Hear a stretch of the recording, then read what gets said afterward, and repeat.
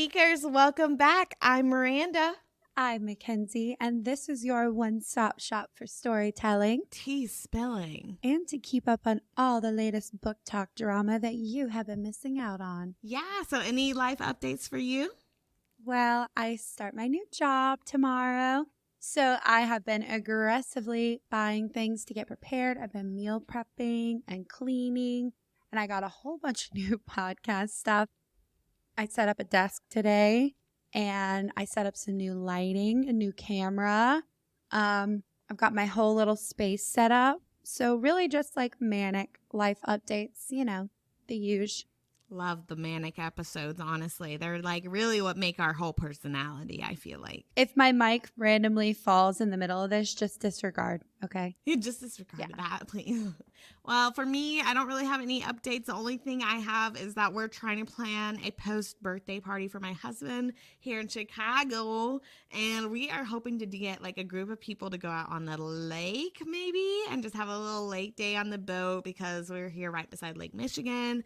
And it's so beautiful out here. I actually love the lake out here. It feels like you're at the beach and you're not at the beach. You're just at a normal lake and whatnot. But you have the city in the background and you have just good vibes. I just love it. So you guys are more than welcome to come and enjoy. I was going to say, I volunteer myself to come for that. Yeah. So please just come. expect me. You would be the life of the party, honestly. Thank you. Okay, so today we will be talking about Sarah J. Maas's Crown of Midnights chapters 11 through 19. But first, let's do a quick recap of where we left off so far. Celaena has been ordered to kill Archer, and she has until the end of the month to do so. Elena left a message with Mort, the door knocker, saying that her job isn't over and that there's still an evil that needs to be stopped. Celaena saw some spooky creature roaming around the hallways of the castle, but she hasn't done any more investigation on them yet. Chaol and Celaena are definitely into each other, and Dorian can see this and is low-key salty about that. And I believe that's almost everything. Did I miss anything? No, I think you covered it. Lots of tea about to be spilled, hopefully. Yeah, no, seriously. I'm excited. I always say this in every episode, but I'm like, things really start to wind up here. I'm like, things just keep on coming. I do feel like, especially from Assassin's Blade, like every book does have a nice little pickup. Yeah, absolutely. So, where we pick back up in this story time, Celaena was telling Archer that she was sent by the king to kill him. So Archer's freaking out. He's like, whoa, whoa, whoa, whoa. First of all, do you know who I am? I am not some ringleader of some rebellious organization. He's terrified of Celaena, so he spills the tea on how one of his clients, Davis, has been building a group of people who still believe that Aelin Gallianthus, the rightful heir of Terrasen, is still alive and raising an army against the king. Archer's like, if you want to snoop, I might be able to get you into Davis's office during this ball that's being thrown tomorrow evening. So obviously she agrees because we all know that the best detectives are women, obviously. The best detectives are 1,000% women. If you need to find someone, if you need to find something, ask your girlfriend, ask your mom, ask your sister. They will do some detective sleuthing for you. Also, I'm pretty sure it's Gallianthus. Well, unfortunately, the peekers are going to hear Gallianthus. Gallianthus. Gallianthus. It's fine. Everybody say it however you want. No hate, okay? I will hate from the sidelines. But I do think we've already been saying plenty of things wrong at this point. We truly could not have chosen a worse book to start out with for name pronunciation. Like, the names in this are just ridiculous. I'm really trying my best, but I am quite literally an idiot. So, as we continue, the ball comes around and then Archer is able to get her into Davis's room. There's really not much besides like just regular office things until she notices a book about word markings, mostly written in a different language, but on the back she finds a riddle that read, "It is only with the eye that one can see rightly." I personally would have seen that as just like a regular quote instead of a riddle that needed to be solved. But she's a smart girly.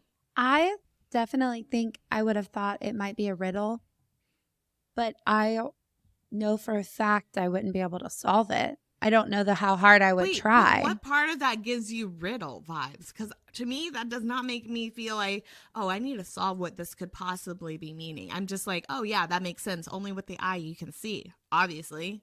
Well, that it's such like a plain statement written somewhere in a book of word markings. I feel like it would have to mean something, even if it's not like a riddle. I feel like I would want to know what it means.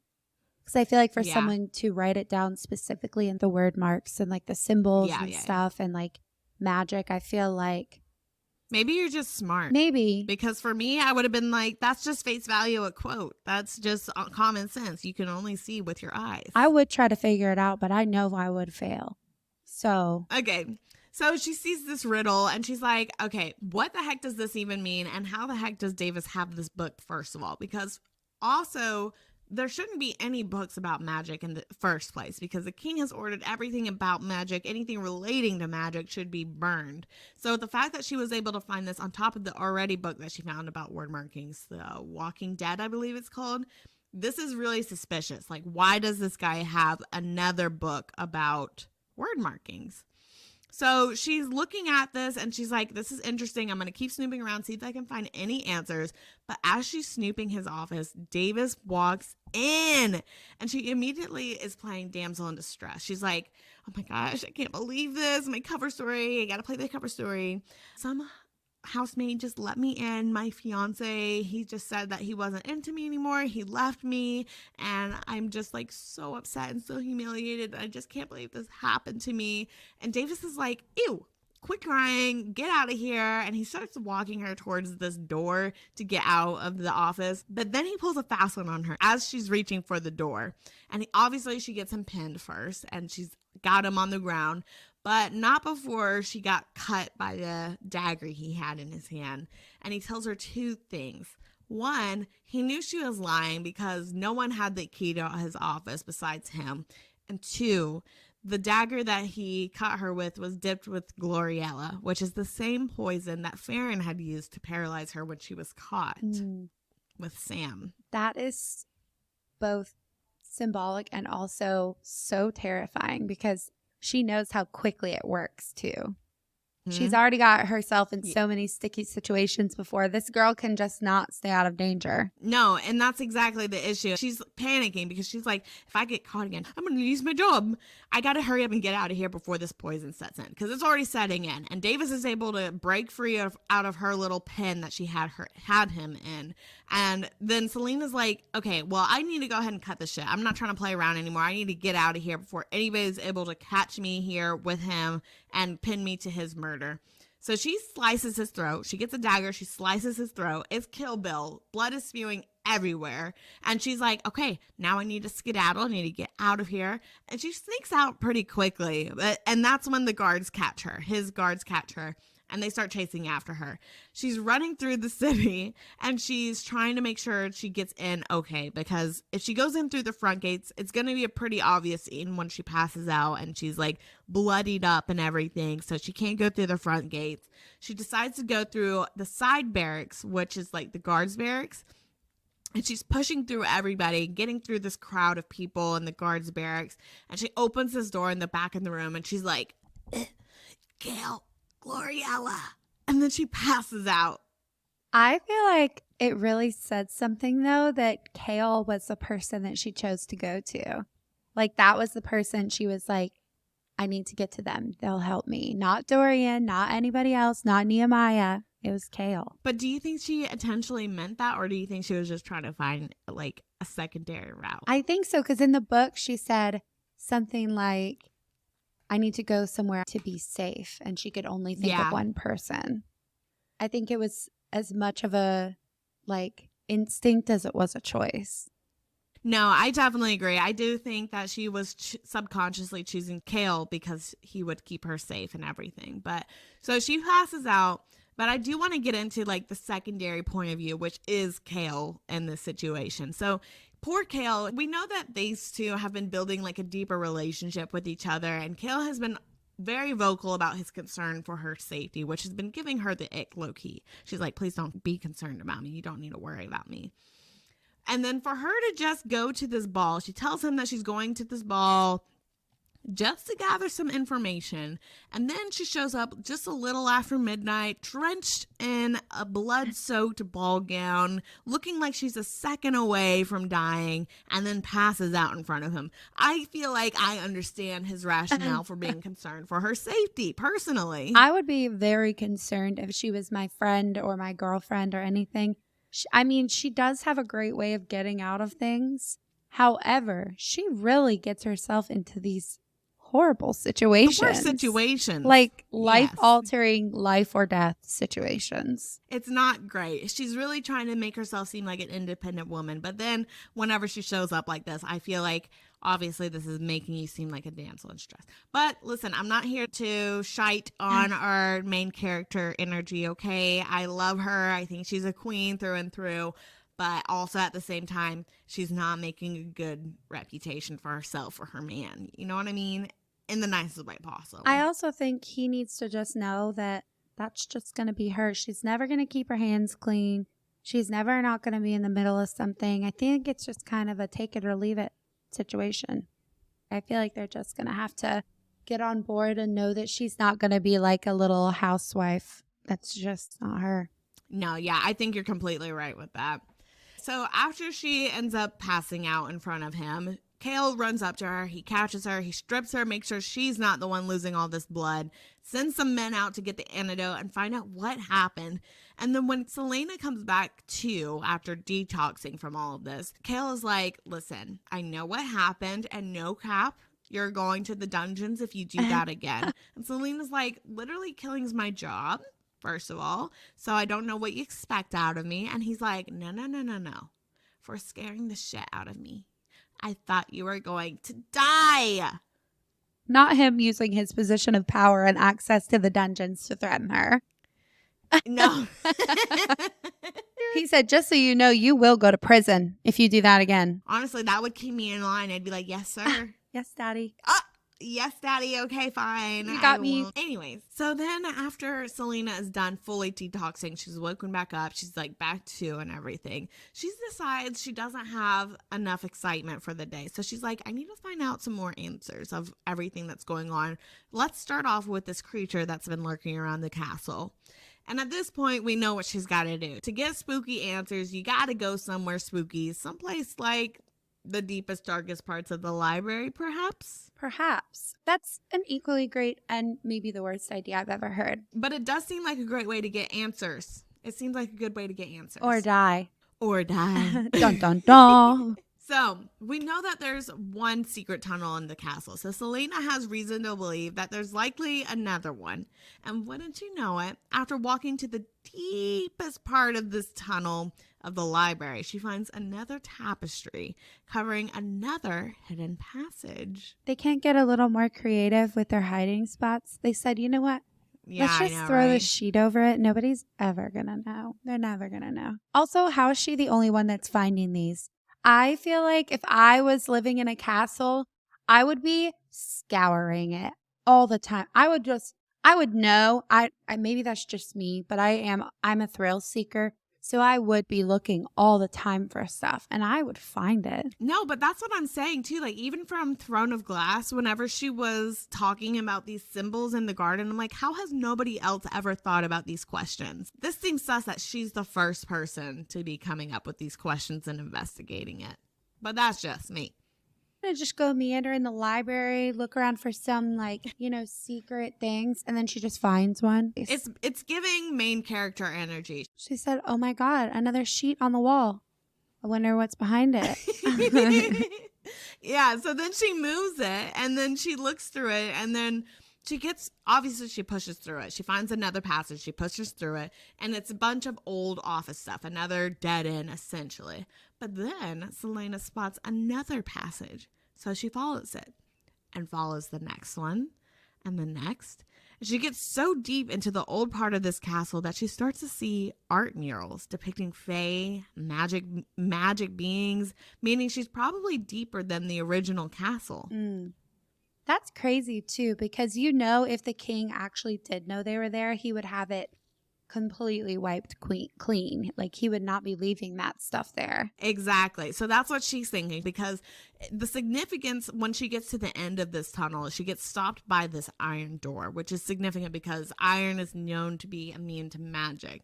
So the question is, what could be behind here, and does the king actually know about it? That's the big question at the end of this. I feel like if he really did know about it, for him to leave that in his castle would be really hypocritical of how aggressive he's being toward magic and magic wielders, and everything about it. So my gut tells me he doesn't know. It's just so surprising that she's able to find all this stuff. That's just me. Also, Yeah. if she tries to open that door, she's an idiot.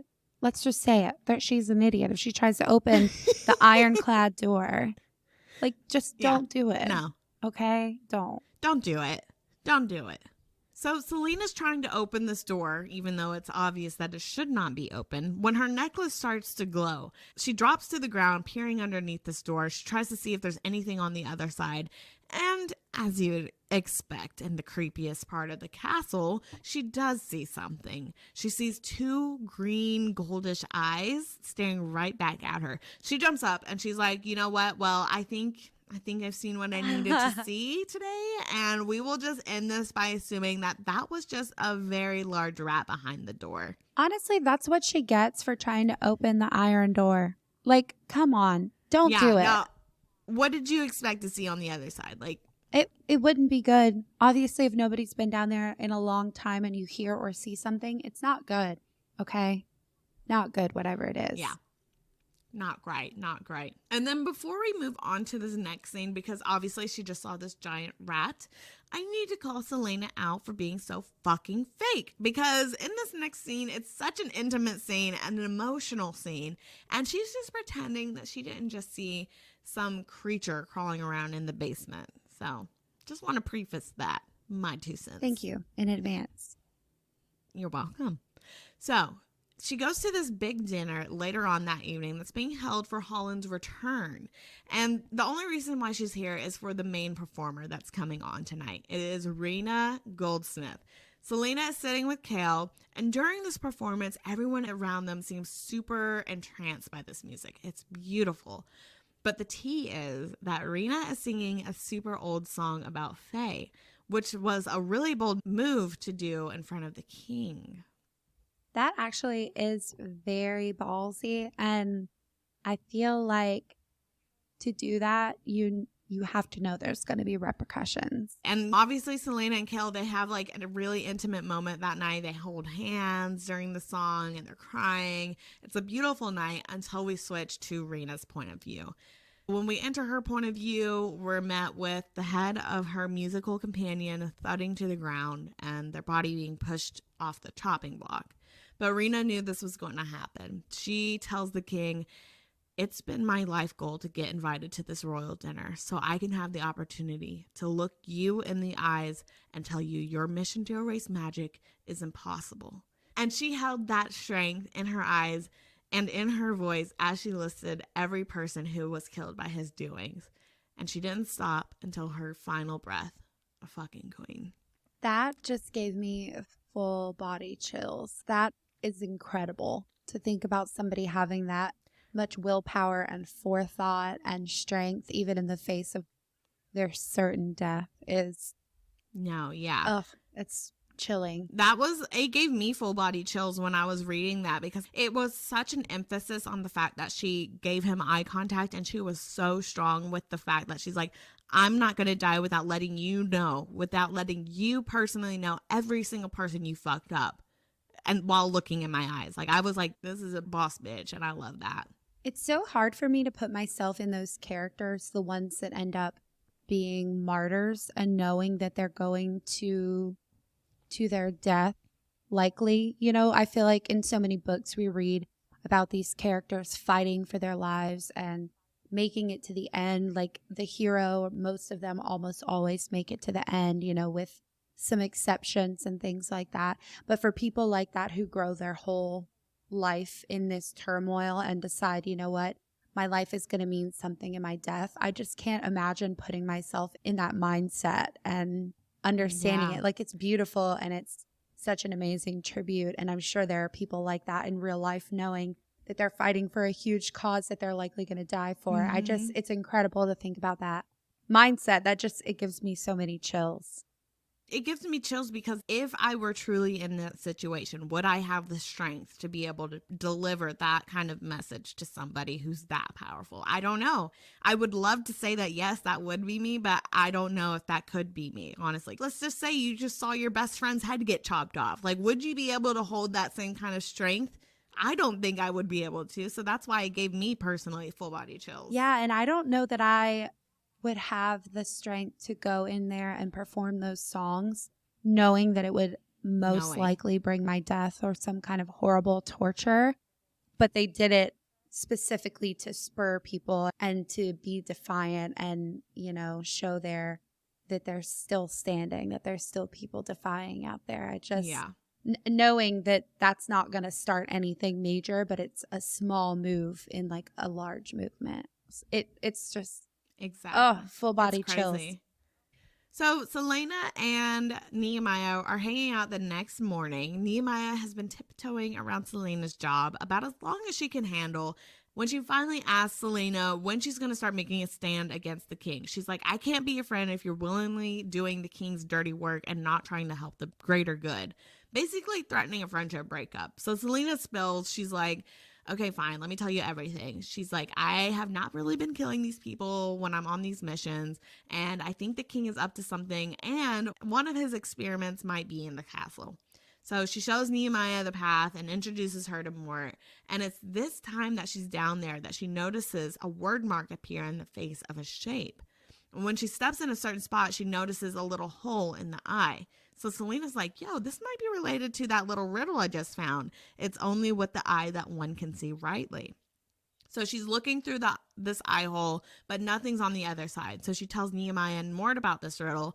And Mort is like, I may or may not know the answer to this, but I will not tell you until I feel like it. And then Nehemiah, on the other hand, is being kind of sus about it. She's like, I really don't think this is anything. She's really downplaying the whole thing as an interesting clue, which I find personally suspicious. That is suspicious. I feel like that goes back to us saying, Celaena wasn't necessarily wrong to question Nehemiah's motives. We know that she's not evil at this point, or she wasn't at least killing the champions when all of that was going on. But she is holding her cards very close to her chest. Just like Celaena, she's only revealing little bits of what she wants at a time and like what her true motives are.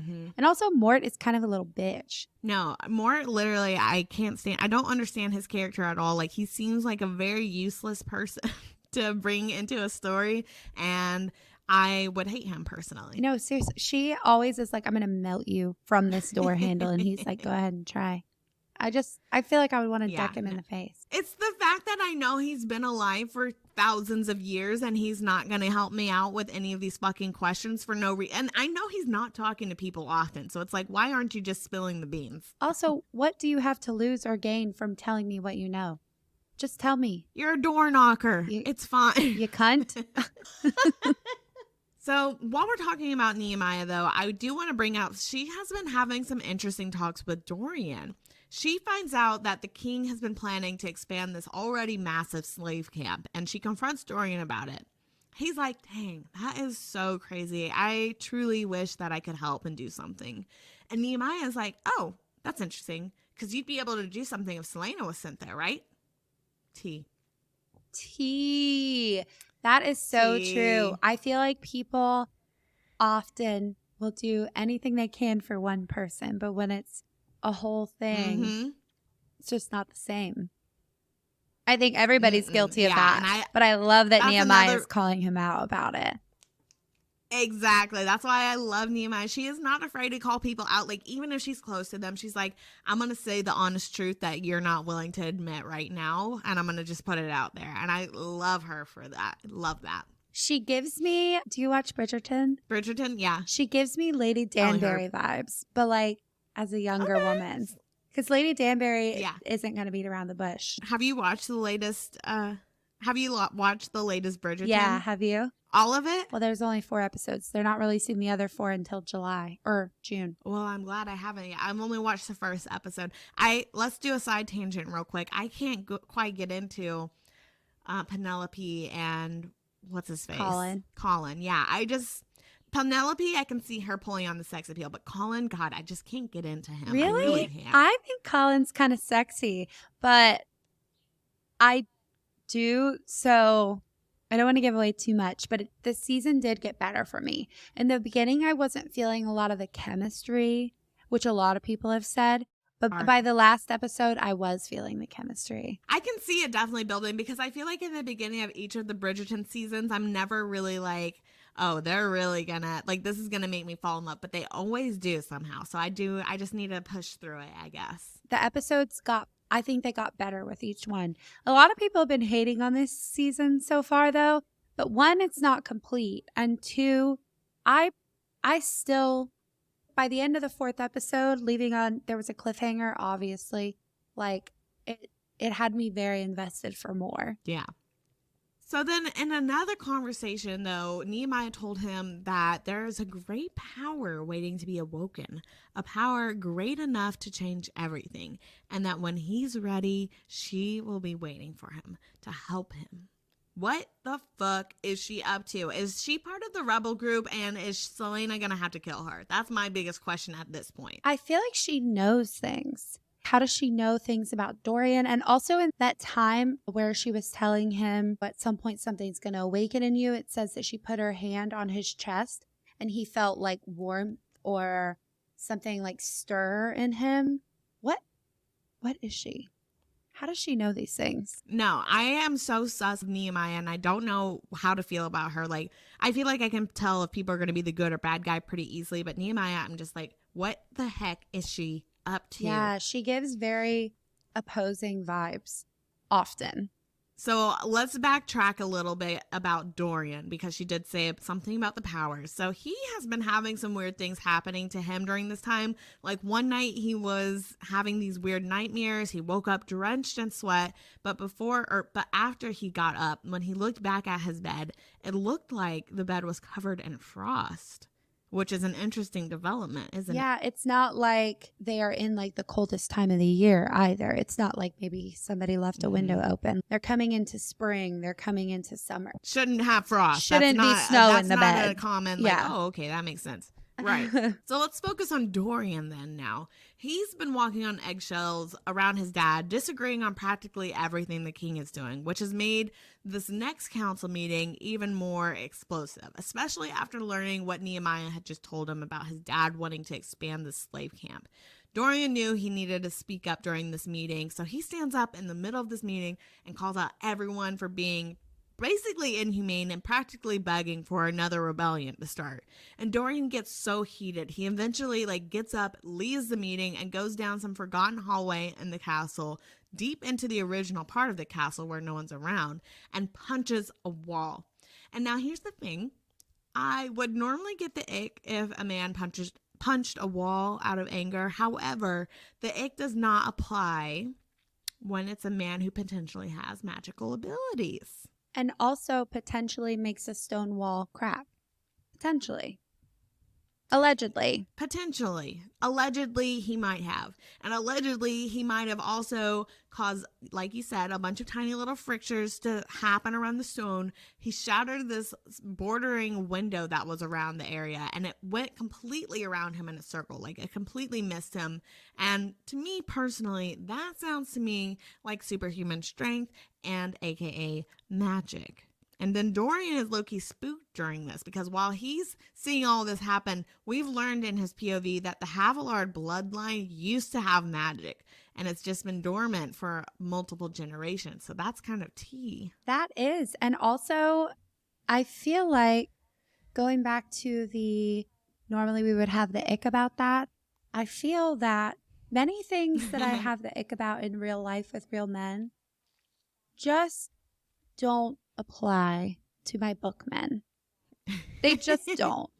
That's true. Irrational. That's a good point to pull out. Well, not even irrational anger, but over exuberant, over aggressive behavior when something, is morally wrong, stalking, love bombing, things of the such. Right. Just have a different spicy effect on me with my You're like, bookman. I love the I toxic. love it. But then if a real man does that, I'm like, God, get away from me. Don't ever come near You're me like, again. red Ew. flag, get out of here. Get out of Or here. hiss at them. Skedaddle.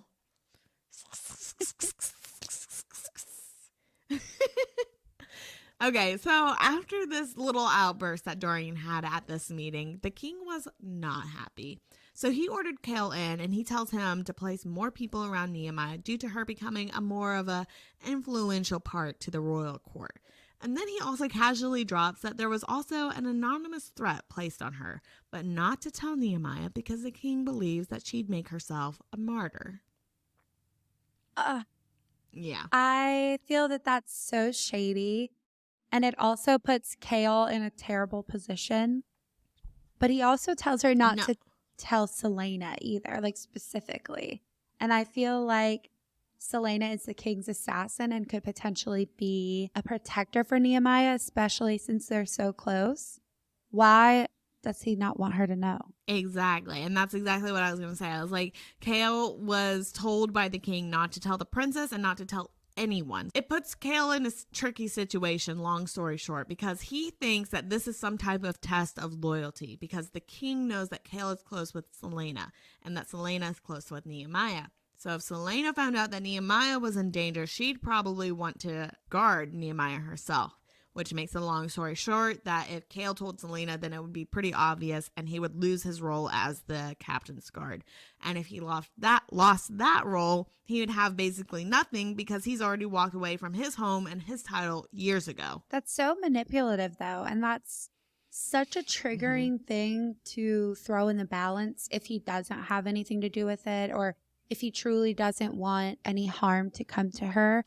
That's such a foul way to go about it and just manipulative and hateful all around. No, yeah. And I think that Chaol can see that too. And he's starting to get the low-key ick about it. But we'll get into that later on as well. So there's this big carnival that's being thrown on in celebration for Holland's return. Dorian, Chaol, and Celaena all run in together as it's getting set up.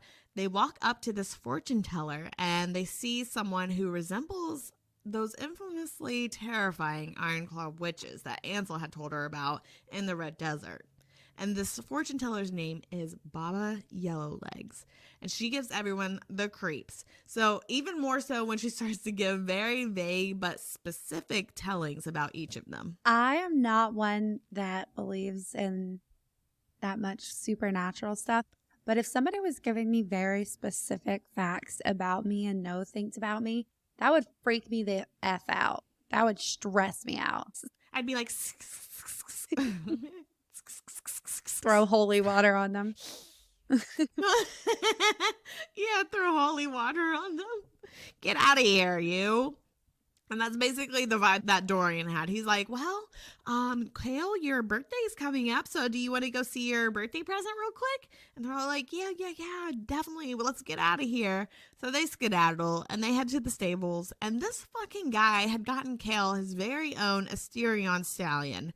And they're all hooting and hollering about this, getting a big kick out of it. And Celaena's like, I remember my Asterion male. And then the boys are like, what the heck? They're too stunned to speak. And they're like, because the mares are usually like more expensive and way more rare than the stallion. And they're like, how the heck did you get that? And she's like, I stole it. That's the most Celaena thing, too. They're like, of course you did. Oh, literally, of course you did. She's like, I stole it, obviously. She said it was a great time, Red Desert. You'd have to be there. You'd have to be there. You wouldn't get it unless you were there. So then wrapping one point before we wrap this all up is, I don't know if we mentioned this in the Throne of Glass recap, but there are these little black rings that the king and the Duke Parrington have, and Chaol has noticed them. And then during the slave expansion meeting, Dorian noticed them. And he noticed that the king, Parrington, and Roland all have the rings. And I feel like there's definitely going to be some type of correlation with this, like, black ring around here. Like, that's going to end up being a big part, I feel like. Just because I've heard it so much. Like, it's obviously meaning something. I just don't know what it means yet. It's really scary, though. Like, to think about obviously it's either something symbolic or it's some kind of initiation thing. It's something that links them all together.